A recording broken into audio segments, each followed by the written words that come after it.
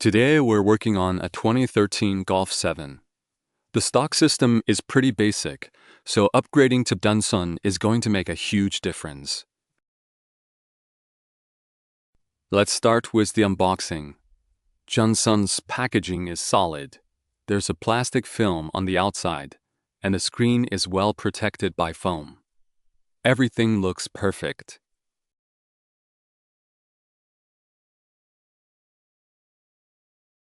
I picked the 4G model. Its box comes with a 4G module, SIM slot, RCA cables, screws, and a printed manual. Note, these 4G parts are included with the Wi-Fi version.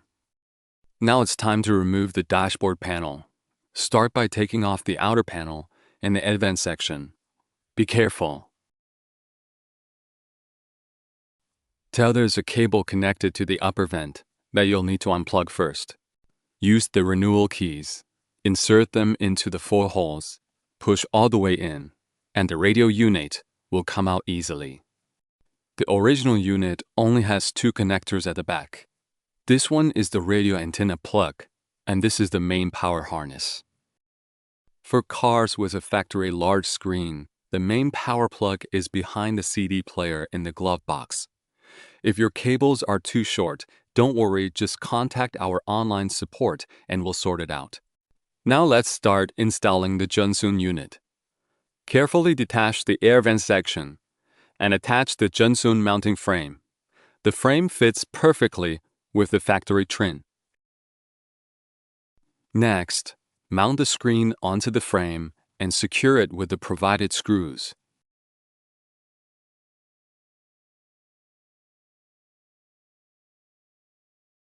Now we'll move on to wiring. The GPS module should be placed along the A pillar. This is the external 3.5mm microphone. We recommend installing it as close to the driver's seat as possible, and any excess cable can be tucked away into the gaps. Actually, this is an optional accessory. The head unit itself has a built-in microphone. If you want better call quality, you'll need to add this external mic. Just a heads up, the external microphone is not included in the package, so you'll need to purchase it separately. Mount the 4G module near a window for the best signal.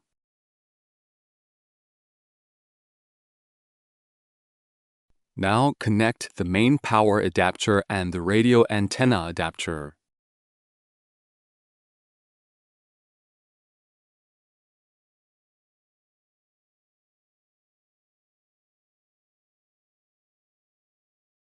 I've also added an external backup camera. Plug the 16-pin main power connector into the unit and make sure you connect the 8-pin serial cable as it syncs factory features like steering wheel button controls. This is the 6-pin USB cable, and the other end goes into the glove box.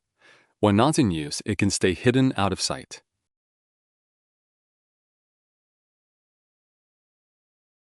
This is the rear camera video cable. See the on-screen diagram for connections. Plug it in even without a camera, because the 2 short wires are the BT Wi-Fi antennas. They improve signal and stop disconnection issues. GPS and 4G module plugs go into their corresponding ports and tighten them up.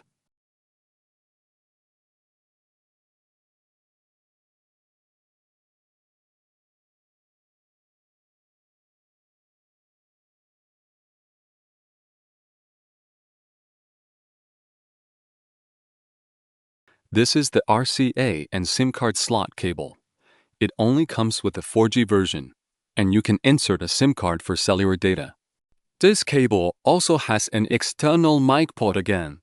The external microphone is not included and needs to be purchased separately. And this is the radio antenna plug. Just connect it directly. Wiring is now complete, and everything is plug and play. Let's do a quick recap. 16-pin main power cable, RCA and SIM card slot, 8-pin serial cable, 4-pin and 6-pin USB, video input, radio antenna, 4G signal plug, GPS port, external camera connection,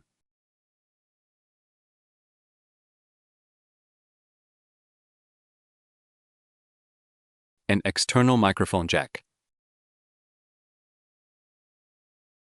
Don't forget to connect the original emergency button plug as well.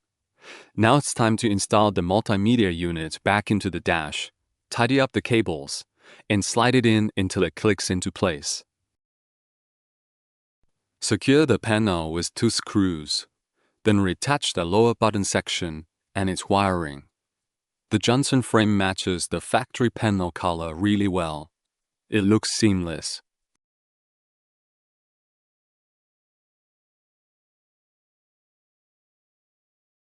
Finally, power it on to see the result. The boot up is quick and the display looks great. This is a perfect installation.